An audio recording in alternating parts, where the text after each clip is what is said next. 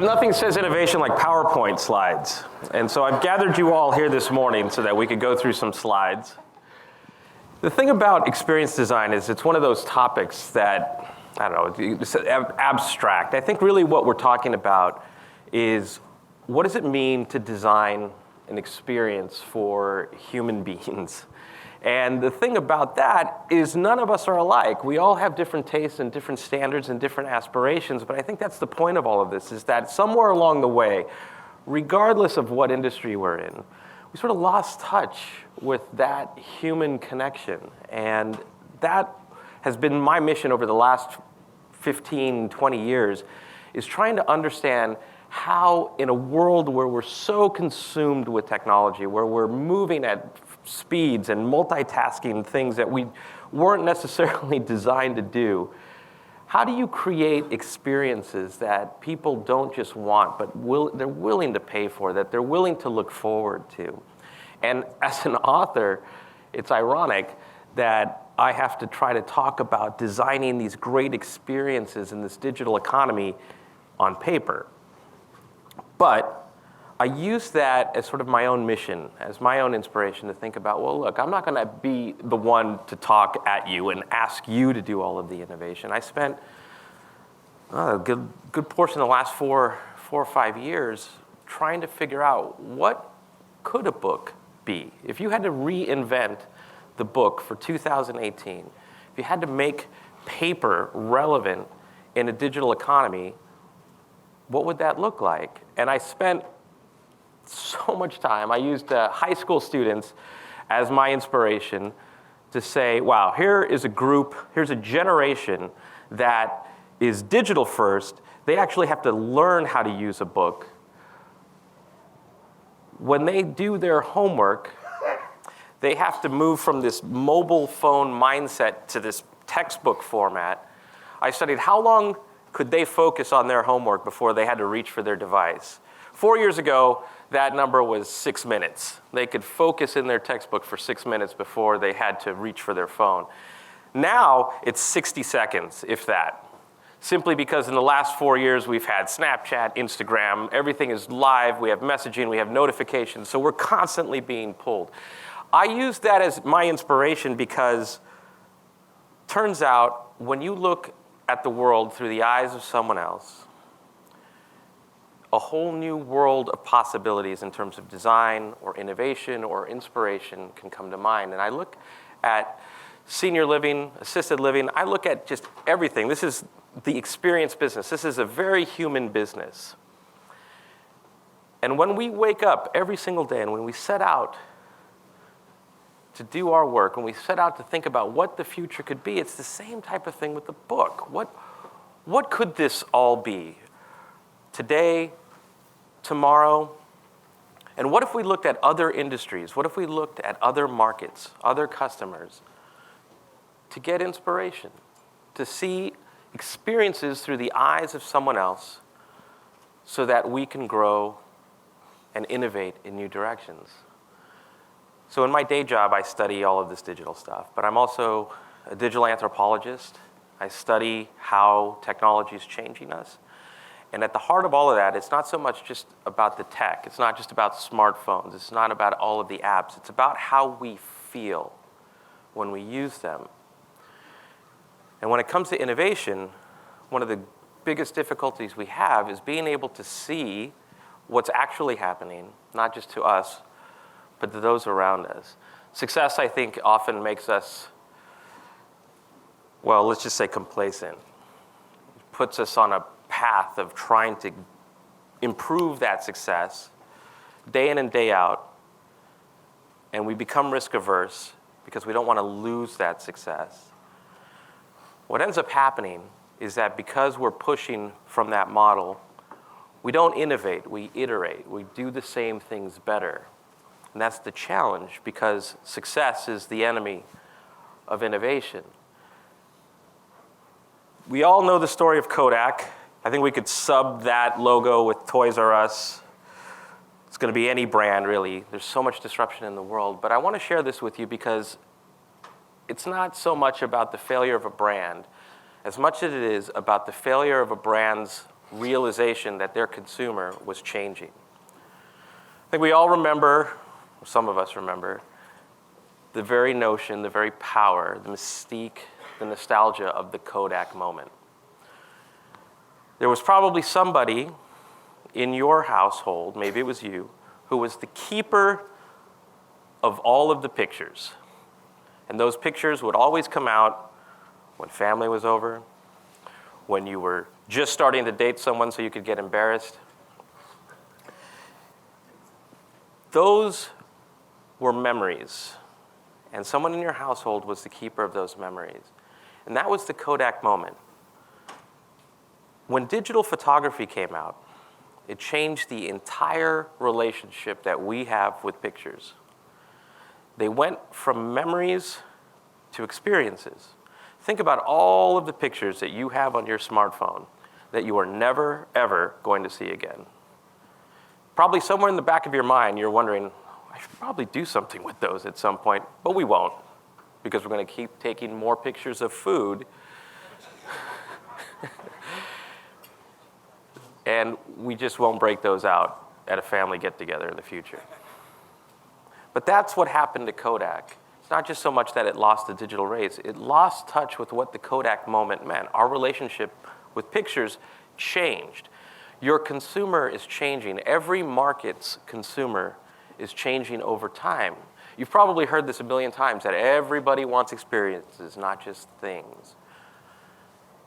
When I was writing a book about experience design, one of the hardest things I actually had to do was figure out, well, what is an experience? We all keep talking about an experience. We all want to give a great experience. Is that great customer service? Is that a great website? What is that?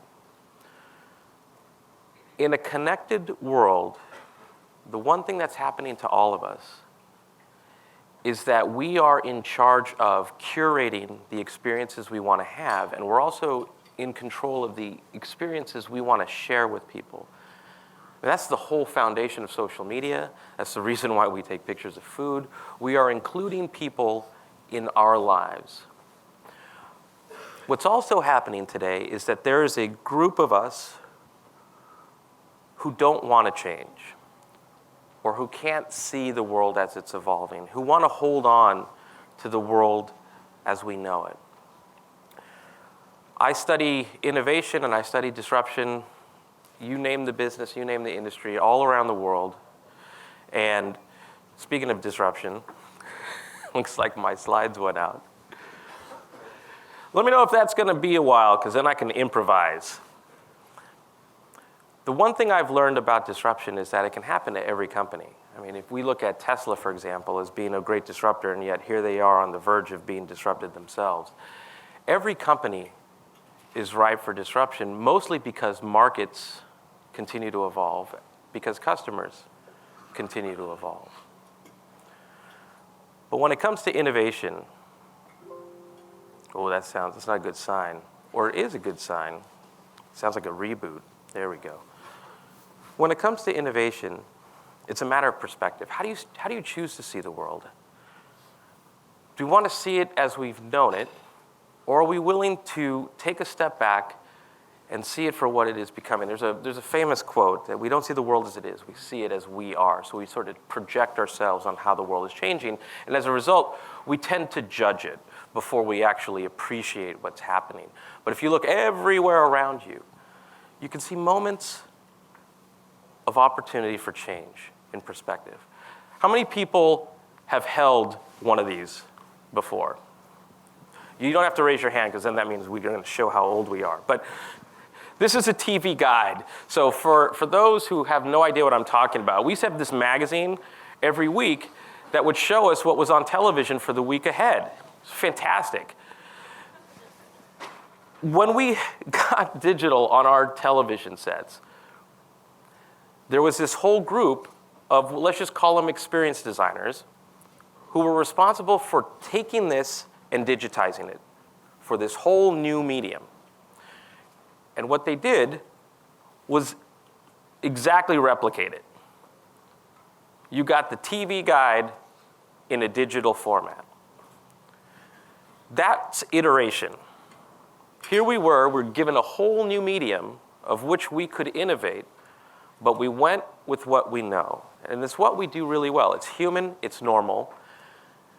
And then Xfinity came out a few years ago, and they did the exact same thing. They just changed the colors and reduced the font and made me have to get a pair of glasses when I want to change the channel.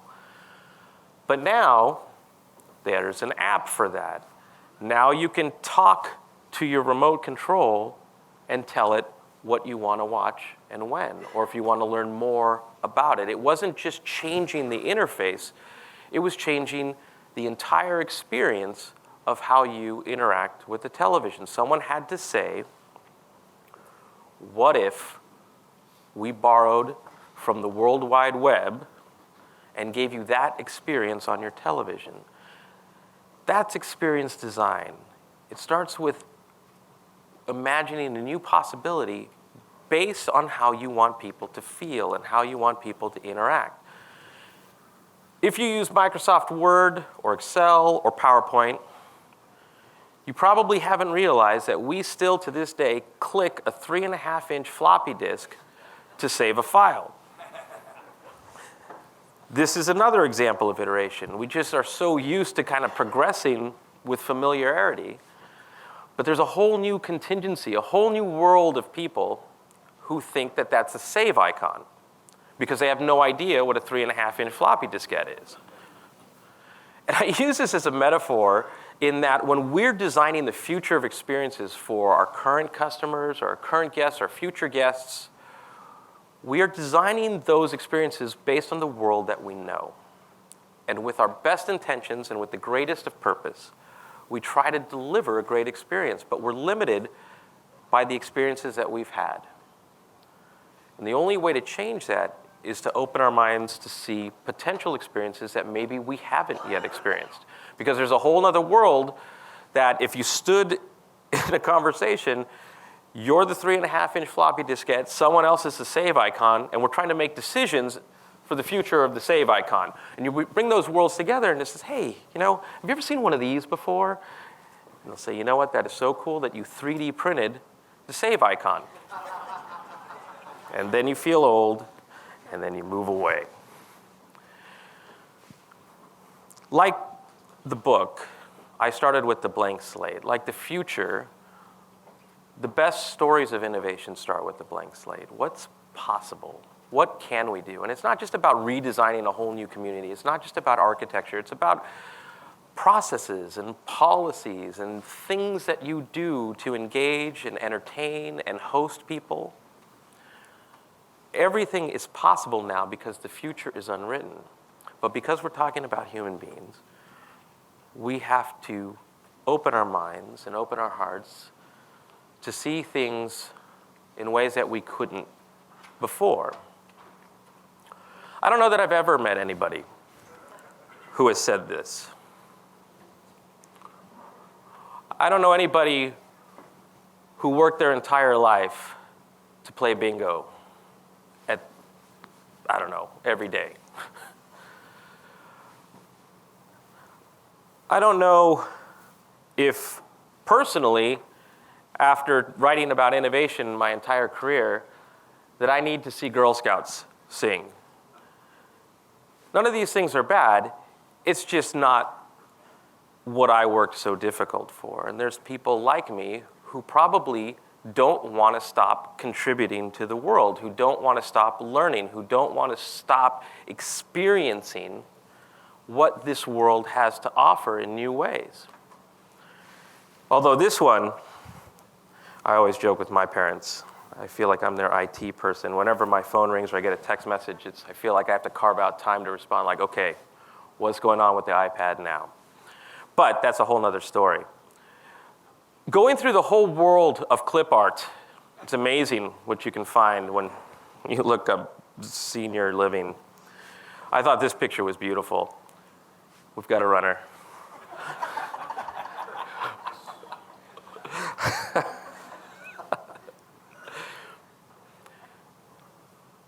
one of the things that I've been doing over the last year is looking at the hospitality industry in particular, hotels, Airbnb, and looking at what they're trying to do in terms of innovation. I think what happened with them is they lost touch with their guests. They looked at technology as sort of a solution. Hey, you know what?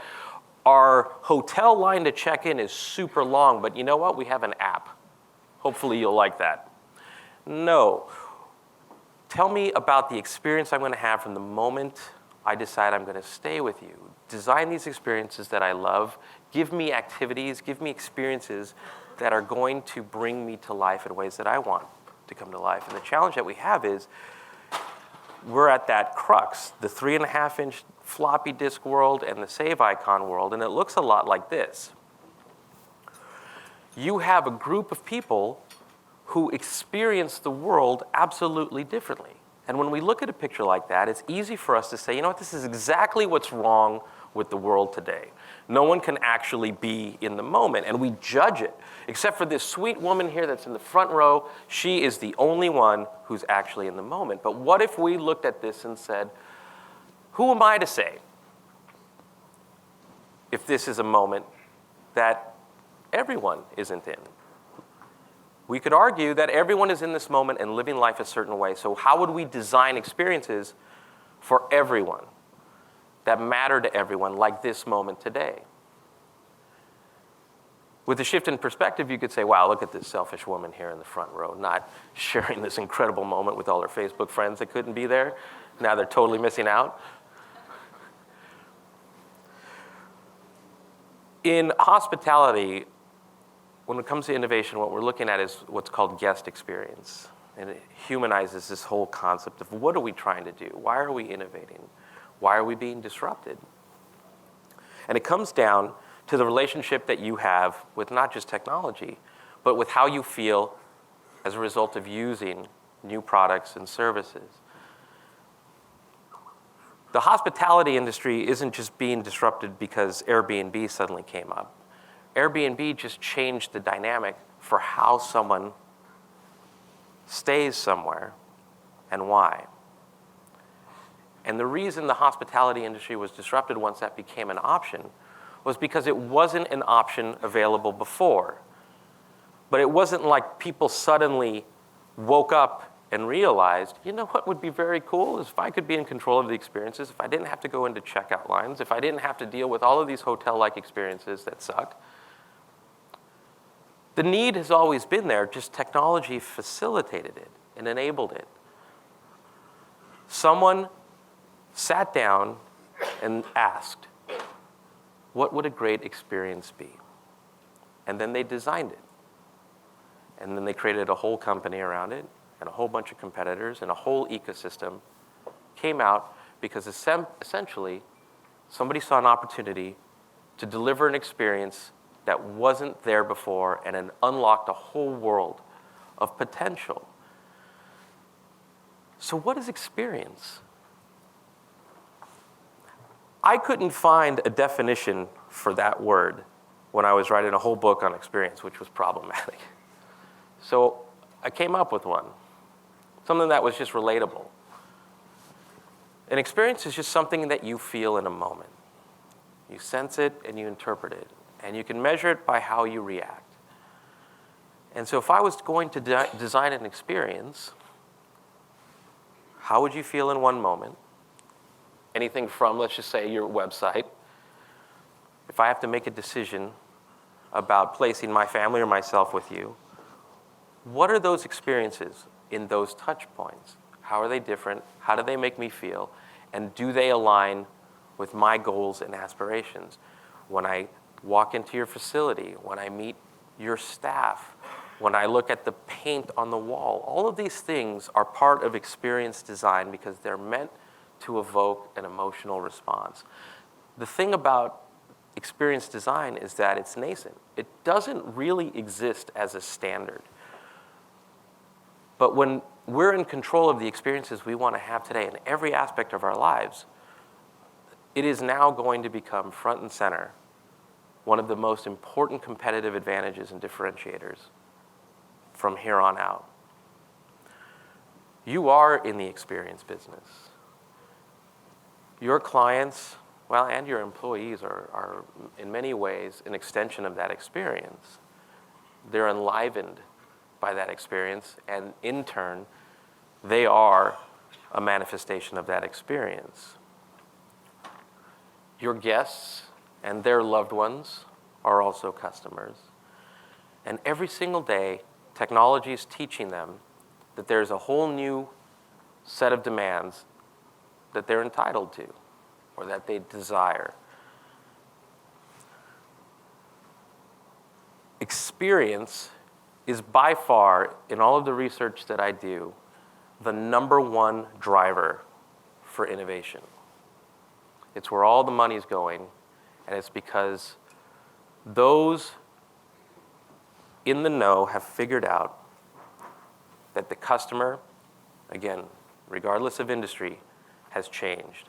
And at the heart of that is that there is a new normal. So when we improve upon the things that we have today, that was based on yesterday's definition of normal. As the world progresses, what's happening is we continue to improve with what we know and what we do. We can use technology, we can change things, we could rebrand ourselves, we can get a better website, but it's still rooted in our center of reference around the normal that we know, the success that we know. All the while, there's another center of reference that's starting to play out.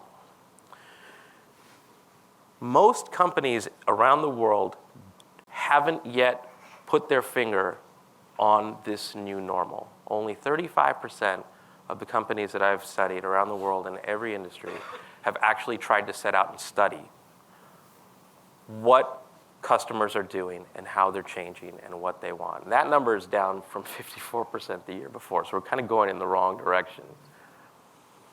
And this creates what I call a growing endemic of out-of-touchness. We're making decisions based on a world that we know for a world that's different to someone else.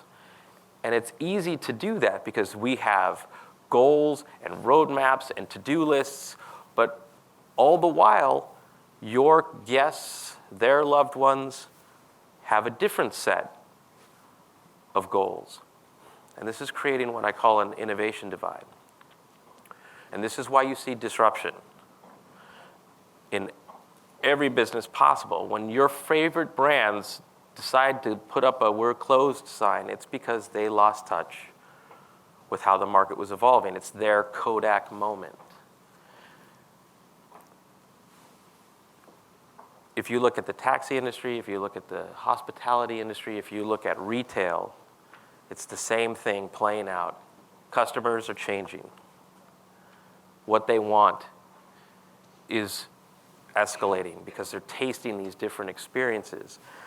But it's hard for us to see it because day in and day out, we have a routine that keeps us in the normal of yesterday.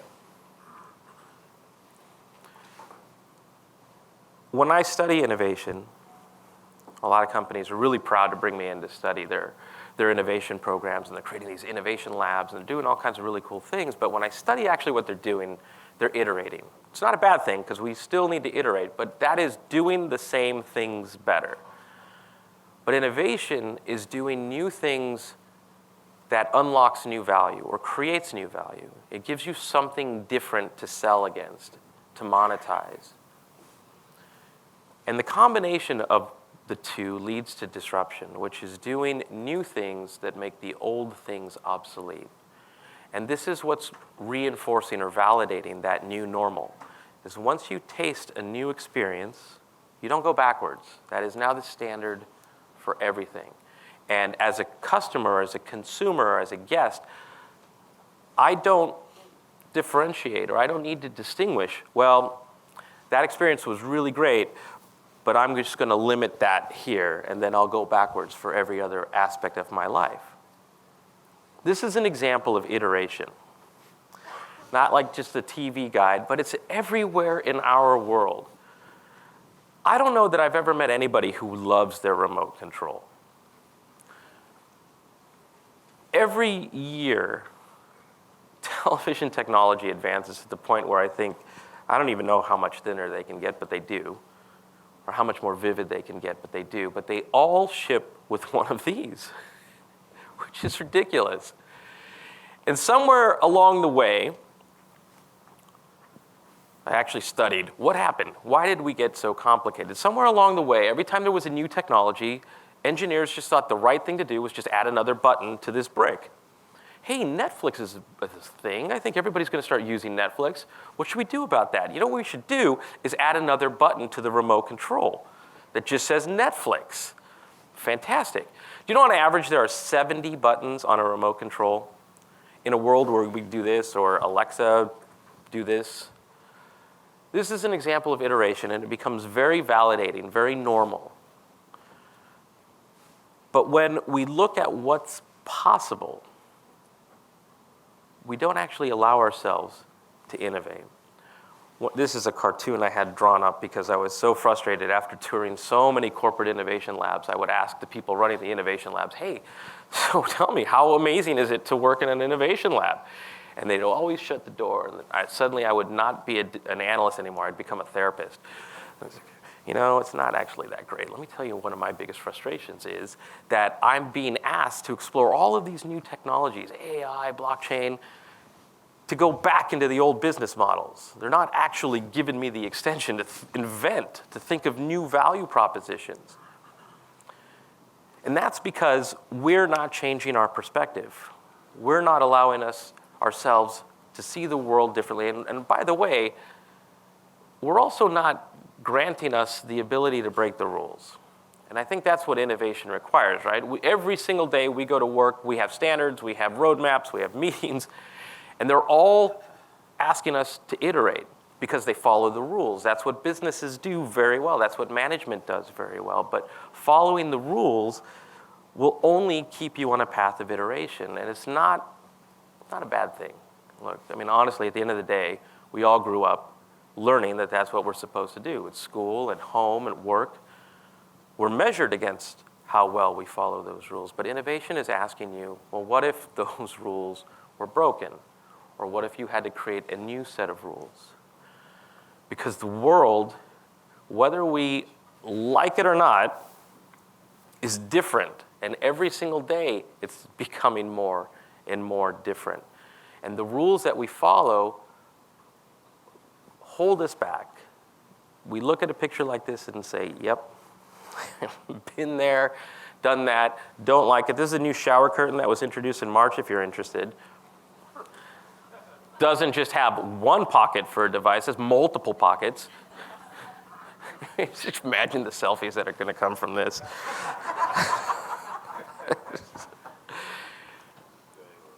You think about, I don't know, during the day, some of the problems you might have. I mean, it's very likely that this is going to be one of them. Battery life, signal, Wi-Fi connection, because there's a whole group of us who will feel absolutely disconnected, literally disconnected from humanity if we are not plugged in. This is a real crosswalk in the Netherlands. I want you to think about how the conversation in the traffic engineering department went down for this. Hey, Bob, we have a real problem. All of our pedestrians are walking around the city on their phones, and they keep walking into the street getting hit by bicycles and cars. Hey, Brian, that sounds like we should chalk that one up to natural selection. Let's just move on to the next thing. Bob, well, I think we could do that, but I don't know. We kind of have to save lives. Well, Brian, why don't they want to save their own lives? I mean, why don't they want to save their own lives? Why wouldn't they just look up? Do you know that in New York City, 1 out of every 5 kids sent to the emergency room was because they walked into the street and got hit by a car because they were on their phone? I don't know the answer to that. You'd think everybody would want to save their own lives, but we can't, I guess. So we need traffic engineering to put on a cape and save us from ourselves. And so this is what they did. They moved the light to where you would see, oh, I'm going to save my life. Even then, I wonder if they're going to be able to see that. But the point is that it's radical change. It's a radical shift in mindset to be able to innovate for a different world. And this world isn't going to continue to just not evolve. It's going to disrupt itself over and over and over again. This is a real dude. I don't even know. I mean, he wanted to have lunch outside, I guess, but also in a whole nother world. I don't know what world he's in, but I thought this picture really captured it well, with this guy in another world and the guy behind him looking at this picture being taken and wondering, where am I? And this is the world that we're trying to design experiences for. It's understanding that what's happening as the nature of our relationship with technology and our apps and our services is that we're creating a market of what I lovingly refer to as accidental narcissists. The word entitled might come up every now and then as well, but there's real science to what's happening. The more connected we become, the more informed we become. The more informed we become, we get empowered. We become demanding, we become impatient, we become elusive. And that plays out in not only decision making, but also in how we sit and experience an experience. For example, another area I've been doing a lot of work in is finance and banks. And there was this really crazy study that asked millennials about their banking habits and their banking goals. And 73% of them said that in the next 5 years, they expected to bank with either Google, Amazon, or Apple, none of which are banks. But that is such a powerful response in that they don't want to even think about banking with a bank. It's not in their nature because it's nothing like Uber or Airbnb or DoorDash or Tinder or any of these apps that teach them how to live life differently. And it's always so counterintuitive, it's always so abstract, but that's exactly where innovation begins. If you're waiting for someone to tell you what to do, we're on the wrong side of it. There's no playbook for this is how you innovate. And the best innovation has always been personal. Like I live here in Silicon Valley, and every time I go to Starbucks, you hear every table chattering, everybody's talking about their next startup. What you don't hear is, you know what? Last night I wrote all these amazing lines of code. You hear someone talking about an idea to change the world, this vision for what's wrong or what's possible, because they understand what's wrong and what's possible, because they allow themselves to break free of the routine to see what's possible or what's wrong or what's broken or what could be improved. True innovation is a shift in mindset. It's the work you do to conform to the world as it changes, those ideas that unfold because you see the world changing, that there's problems and that there's opportunities. Iteration asks people to come back and conform for much of the same type of experience. And they do that, and they have done that, and we've been successful by doing that over the last several decades. But the reason why there's so much disruption now is because they have choice. Every startup, every venture capitalist is looking at every industry to fund companies to challenge you, because they know that there's money and return in better experiences. And in many ways, we are becoming venture capitalists of new ideas. If you've ever used Uber or if you've ever used Lyft, it's very difficult to want to go back to a taxi. I don't think taxi drivers have figured that out yet, though. It's so transformative that one of the things I had to study is how long is too long to wait for an Uber before you open the Lyft app, or vice versa. Why did I have to study that? Because it's a thing. Because not only do we want that experience, it's become so standard that we've become impatient for it without even recognizing it. In New York, that number's 5 minutes, 5 to 6 minutes. If a car is further than 6 minutes away from you, you're going to open another app to see if a car is closer to you. When did that become a thing? When did waiting 6 minutes for a car to come to where you are to get you and then take you to wherever you're going and then hide the payment transaction so you don't even have to think about it? When did that become a thing? That's playing out in every aspect of our life because we are being taught to have what we want. Every time you use DoorDash, Netflix, Amazon, you have companies like Tesla and Apple, those are your competitors. These are the companies that are changing the normal. These are the companies that are teaching your guests and also your employees and yourself that new things are possible. I'll give you an example. I have this service in Silicon Valley. It's called Filled. It's basically the Uber of gas. So I can open the app, tell it where my car is, and a truck will pull up and fill my car with gas. I don't even have to be there. And people say, you know what, Brian, that is ridiculous. That you're so lazy for using an app like that. And then I say, you know what? What is it about the gas station experience that you love so much? Am I missing something? Oh, it must be the restrooms. That's what it is. It's fantastic. It's just when an app comes out like this, I never thought about gas. It's just it was a necessary process of just driving, right? I never challenged my conventions of gas stations, but somebody did. And the minute I used this app for the first time, that was the last time I went to a gas station because it was disrupted. It introduced new value that made the old process obsolete. This doesn't just change or limit my expectations for gasoline. I'm now starting to think, where is this for dentistry? Why isn't my doctor using this? Why isn't my bank like this? That's all coming. And this disruption is just getting started. Here in San Francisco, we have the Museum of Ice Cream and the Museum of Color, neither of which are museums. They're essentially Instagram factories. But the lines to get into these places, the tickets to get into these places are just fantastic. If you ever saw Hamilton, trying to get to see Hamilton is fantastic.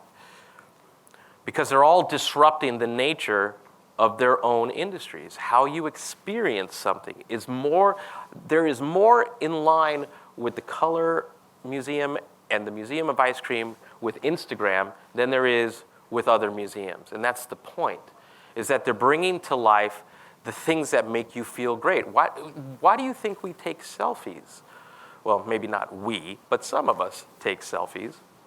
Because it makes you feel amazing when other people like or validate or comment on your pictures. It makes you feel alive. And there are nuances and design techniques to reverse engineer that stuff into museums, into apps that deliver gasoline, into shopping malls. The extent of which I've been studying so deeply as we see the retail apocalypse, or retail Armageddon as it's called. Somebody decided to say, well, do we think malls are closing because we need better tenants? Or are malls closing because the experience sucks? Might be the latter. Because they were designed in the 50s, and that was a different time. You left your house for an experience that you don't want today. There are different types of experiences that you want, and we're always going to have to constantly. I'm noticing, though, how the air kicked on and it's like really animating this slide to make my point so emphatic. This is innovation in space, how we rethink what you feel with your surroundings. And it's intentional. It's curating not just retailers, but space. Things like grass and parks and restaurants and condos. Reimagining why people come together. And that's not the last time malls are going to have to innovate, right?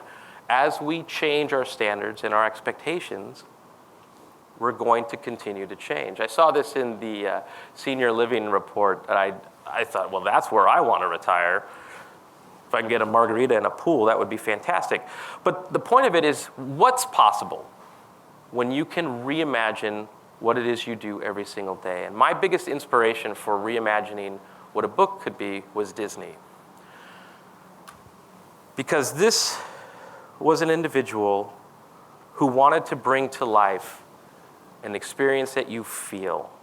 And not only that you feel, that you love, and that it becomes such a part of your life that you spend the rest of your life trying to have that experience again. They use the word magical, but it's also intentional. One of the things I did as I was designing the book was I hired a storyboard artist from Pixar to teach me the art of storyboarding. Because it turns out that the secret of creating real-world experiences is understanding the story you're trying to tell, the characters that you want to play and to enliven that story, the believability and the aspirational elements of that story. If you've ever been to Disneyland or Disney World, the one thing that you may not know is that every aspect of that park is designed to evoke an emotional response. Even the trash cans and where they're placed. Or if you've ever noticed in certain areas of the park, there might be a bottle cap that's stuck in the concrete. All of those things are intentional because they want you to believe you are in another world. Or if you look at the architecture of these buildings, the bricks actually get smaller as it gets taller. The windows also get smaller the higher you go. And that's meant to give you the illusion, even as adults, that you're a child again, that these things are grand, and that these things are humbling, and that you lose yourself to it. That's what experience design is about. And it's thinking like those museums. How would you design space? How would you design processes or products or services or policies that all invoke these emotions or these responses? About 8 years ago, 7 years ago, we got a startup called Airbnb. Maybe, I don't know how time is flying. Maybe it's 9 years ago. And the hotel industry, like the taxi industry with Uber, just sort of brushed it off until it was a thing that was so momentous that they had to pay attention, and then they finally had to start to try to compete against it. Their first response was to ignore it. Their second response was to try to shut it down or regulate it.